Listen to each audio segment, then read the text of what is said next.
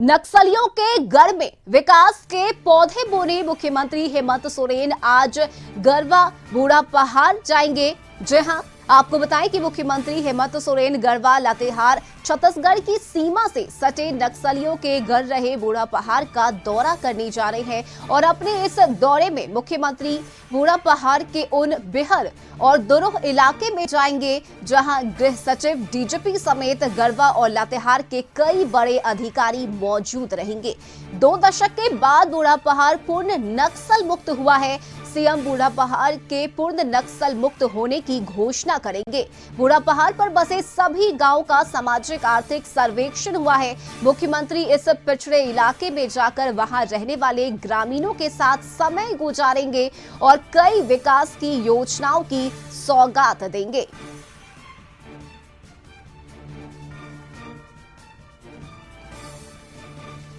तो आज नक्सलियों के घर में विकास के मुद्दे को लेकर विकास के पौधे बोने के लिए सीएम हेमंत सोरेन आज बूढ़ा पहाड़ जाएंगे।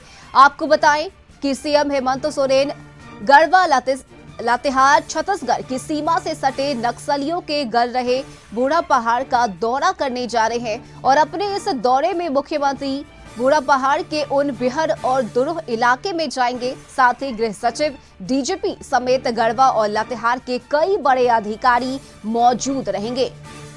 आपको बताएं कि 2 दशक के बाद बूढ़ा पहाड़ पूर्ण नक्सल मुक्त हुआ है। ऐसे में सीएम की तरफ से कई बड़ी सौगात भी दी जाएगी।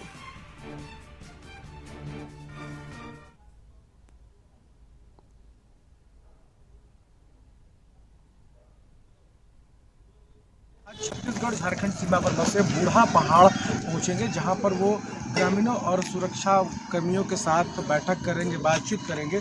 मुख्यमंत्री का कार्यक्रम जो तय हुआ उसके अनुसार मुख्यमंत्री 11 बजे बूढ़ा पहाड़ सीधे चौपर से पहुंचेंगे और वहां पर जो हाल में ही बूढ़ा पहाड़ को मुक्त कराया गया नक्सलियों से उस पूरे ऑपरेशन ऑक्टोपस के लिए जो सुरक्षा कर्मी हैं, चाहे वो सीआरपीएफ के जवान हो, चाहे वो स्टेट पुलिस के जवान हो, सबको वो है आभार प्रकट करेंगे और उनके साथ उनका हौसला बढ़ाएंगे।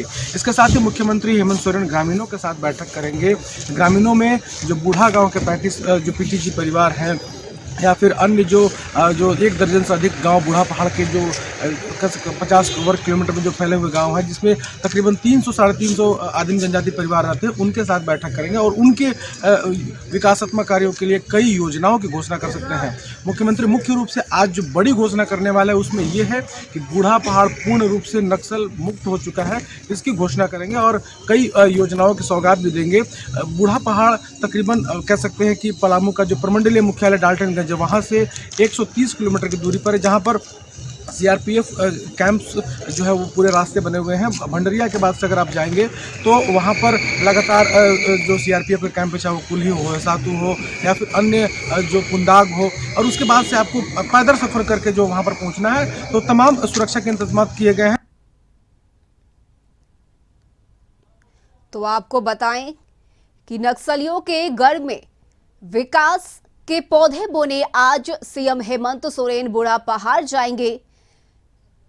गढ़वा लातेहार छत्तीसगढ़ की सीमा से सटे नक्सलियों के घर रहे बूढ़ा पहाड़ का आज सीएम दौरा करेंगे और इस दौरान मुख्यमंत्री बूढ़ा पहाड़ के उन बिहर और दुरूह इलाके में जाएंगे। साथ ही गृह सचिव डीजीपी समेत गढ़वा और लातेहार के कई बड़े अधिकारी मौजूद रहेंगे। आपको बताएं कि 2 दशक के बाद बूढ़ा पहाड़ पूर्ण नक्सल मुक्त हुआ है। ऐसे में सीएम हेमंत सोरेन बूढ़ा पहाड़ के पूर्ण नक्सल मुक्त होने की घोषणा करेंगे और साथ ही बूढ़ा पहाड़ पर बसे सभी गांव का सामाजिक आर्थिक सर्वेक्षण हुआ है। और इस खबर पर ज्यादा जानकारी के साथ संवाददाता धर्मेंद्र हमारे साथ फोन लाइन पर जुड़ चुके हैं। धर्मेंद्र, सीएम आज बूढ़ा पहाड़ की जनता को कई बड़ी विकास की योजनाओं की सौगात देंगे। ऐसे में सीएम के कार्यक्रम को लेकर क्या कुछ अहम अपडेट है?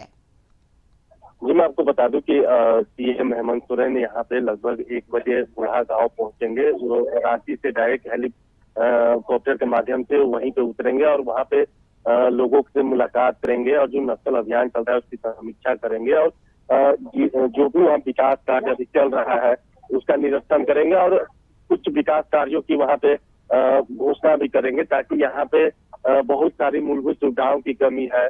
बिजली नहीं है, पानी नहीं है, सबसे बड़ी बात है कि यहाँ पहुंचने के लिए सड़क नहीं है। इन सभी की रूपरेखा यहाँ पे तैयार की जाएगी, क्योंकि जो इलाका है वो छत्तीसगढ़ से सटा हुआ है।